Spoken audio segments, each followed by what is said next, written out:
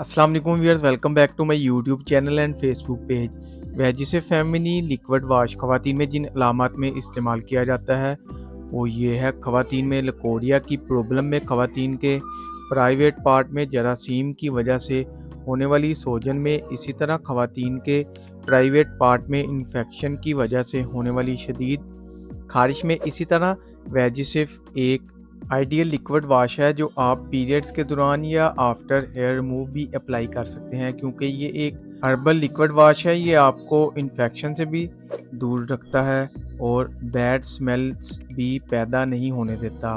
वेजिसिव फेमिनी liquid wash की composition में क्या शामिल है, वेजिसिव लिक्विड वाश को अप्लाई कैसे करना है, ये सब कुछ आज की वीडियो में शामिल है। वेजिसिव लिक्विड वाश की कंपोजिशन में शामिल है नीम एक्स्ट्रा और लैक्टिक एसिड, जो कि वी जोन में मौजूद जरासीम को ख़त्म करता है और वी जोन के पीएच लेवल को नॉर्मल करता है और खारिश को कम करता है। इसी तरह ग्लिसरीन और एलोवेरा एक्सट्रैक्ट जो वी जोन की सोजन को कम करता है, स्किन को स्मूथ बनाता है और बैड स्मेल भी पैदा नहीं होने देता है। इसको अप्लाई करने का तरीका ये होगा, मुनासिब मकदार में वेजिसिव लिक्विड को गीले हाथ पर डालें और मुनासिब सी झाग बना लें। फिर इसको अपने प्राइवेट पार्ट पर अच्छी तरह लगाएं, 3 मिनट तक लगा रहने दें, फिर बाद में पानी से वॉश कर लें।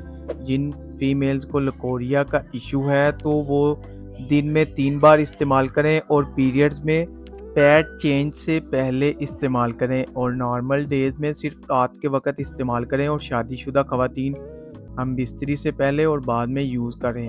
उम्मीद है वीडियो अच्छी लगी होगी, तो वीडियो को लाइक और शेयर ज़रूर करें। चैनल को अभी तक सब्सक्राइब नहीं किया तो चैनल को सब्सक्राइब करना ना भूलें, ताकि नेक्स्ट वीडियो की नोटिफिकेशन आप तक बआसानी पहुँच सके। शुक्रिया, अल्लाह हाफिज़।